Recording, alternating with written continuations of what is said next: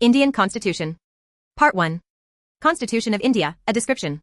The Constitution of India is the supreme law of the land, which lays down the framework for the political principles, structure, procedures, powers, and duties of government institutions. It also defines the fundamental rights, directive principles, and duties of citizens. History of the Constitution of India. The history of the Indian Constitution is deeply rooted in the freedom struggle, colonial administrative reforms, and the efforts of the Constituent Assembly. Its development was a gradual process, influenced by various acts passed during British rule and the political consciousness that emerged during the independence movement. 1. British colonial influence. Several acts passed by the British laid the foundation for constitutional development in India. Regulating Act of 1773, first attempt to regulate the administration of the East India Company. Pitt's India Act, 1784, strengthened control of the British government over the company. Charter Acts, 1833 and 1853 laid the groundwork for a centralized administration. Indian Councils Act, 1861 and 1892, introduced legislative councils and limited Indian representation. Government of India Act, 1909, Morley-Minto reforms expanded Indian participation in governance. Government of India Act, 1919, Montagu-Chelmsford reforms introduced diarchy at the provincial level. Government of India Act, 1935, most significant, provided a federal structure and provincial autonomy. It heavily influenced the drafting of the Constitution. 2. Demand for a constitution by Indians. The idea of a constitution drafted by Indians gained momentum with the Indian National Congress, Inc., demanding Swaraj, self-rule. In 1928, the Nehru Report proposed a constitution for India. The 1934 proposal by M. N. Roy for a constituent assembly gained support among Indian leaders. 3. Cripps Mission and Cabinet Mission Plan. Cripps Mission, 1942, offered dominion status and a constitution-making body, but was rejected. Cabinet Mission Plan, 1946, finally recommended the formation of a constituent assembly to draft India's constitution. 4. Formation of the Constituent Assembly. The Constituent Assembly was formed in December 1946. It consisted of 389 members, later 299 after partition. It held its first session on December 9, 1946 under the temporary chairmanship of Dr. Sakadananda Sinha. Dr. Rajendra Prasad was elected as the permanent president. Dr. B. R. Ambedkar was appointed chairman of the drafting committee, formed on August 29, 1947. 5. Drafting and adoption. The Assembly worked through multiple committees, debates, and revisions. The Constitution was adopted on November 26, 1949. It came into force on January 26, 1950, chosen to honor the declaration of Purna Swaraj, complete independence, made on the same day in 1930. Preamble of the Indian Constitution. The Preamble is the introduction to the Constitution of India. It reflects the philosophy, aims, and objectives of the Constitution. It is like a key to understanding the ideals and intentions of the framers of the Constitution. Text of the Preamble.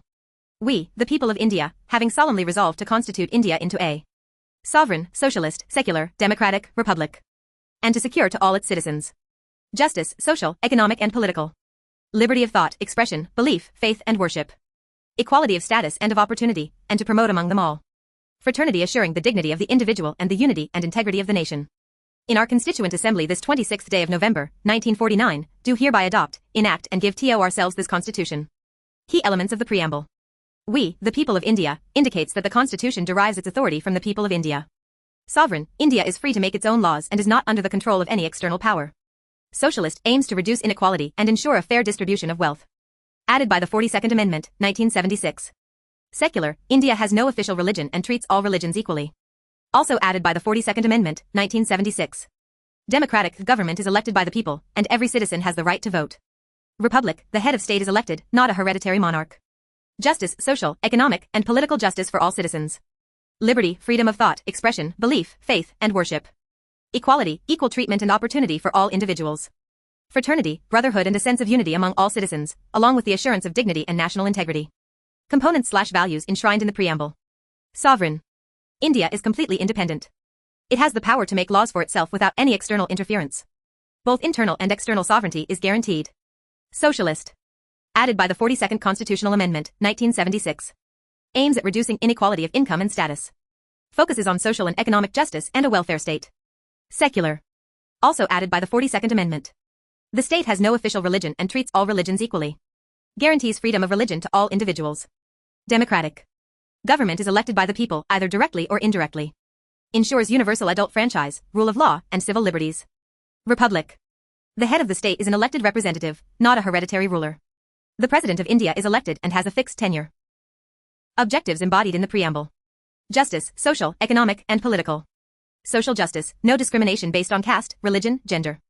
Economic justice, fair distribution of wealth and opportunity. Political justice, equal participation in political processes. Liberty of thought, expression, belief, faith, and worship. Freedom of the mind and conscience. Citizens are free to express ideas and follow any religion or faith. Equality of status and opportunity.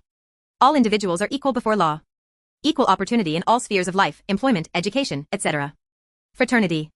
Promotes a sense of brotherhood among all citizens. Assures dignity of the individual and unity and integrity of the nation. Amendability of the Preamble. The Preamble is a part of the Constitution, as ruled in the Kesavananda case, 1973. It can be amended under Article 368, but the basic structure cannot be altered. The 42nd Amendment Act, 1976, is the only amendment to the Preamble so far. Words socialist and secular were added. The phrase unity of the nation was changed to unity and integrity of the nation. However, basic values like sovereignty, democracy, and justice are considered part of the basic structure and cannot be removed. Features/characteristics of the Indian Constitution. The Constitution of India is known for its unique and comprehensive nature. It reflects the political, social, and cultural diversity of India. Some of its key features are: 1. Lengthiest written constitution. The Indian Constitution is the longest written constitution in the world. It originally had 395 articles, 22 parts, and 8 schedules, now over 470 articles and 12 schedules. It includes detailed provisions about the center and states, fundamental rights, duties, elections, emergency, etc. 2. Provisions drawn from various sources. The Constitution incorporates features from several foreign constitutions. Government of India Act, 1935, Administrative Structure. British Constitution, Parliamentary System, Rule of Law. U.S. Constitution, Fundamental Rights, Judicial Review. Irish Constitution, Directive Principles. Canadian Constitution, Federation with Strong Centre. The framers selected features best suited to Indian conditions. 3. Blend of rigidity and flexibility. The amendment process, Article 368, provides both rigid and flexible methods. Some provisions require simple majority, flexible. Others require special majority and consent of half the states, rigid. Thus, the Constitution is neither too rigid nor too flexible. 4. Federal system with unitary bias. The Constitution establishes a federal structure. Division of powers between center and states, union, state, concurrent lists. However, it has unitary features, especially during emergencies. The center is more powerful than the states in practice. 5. Parliamentary form of government. India follows the Westminster model of parliamentary democracy. The president is the nominal executive, head of state. The prime minister and council of ministers hold real power. The executive is responsible to the legislature. 6. Synthesis of parliamentary sovereignty and judicial supremacy. Parliament is sovereign in lawmaking within constitutional limits. The judiciary has the power of judicial review to strike down unconstitutional laws. There is a balance between legislative authority and judicial control. 7. Integrated and independent judiciary. India has a single integrated judicial system with the Supreme Court at the top, followed by high courts and subordinate courts. The judiciary is independent from the executive and legislature. It safeguards the Constitution and fundamental rights of citizens. Thank you so much for watching. Don't forget to like, share and subscribe. See you in next video.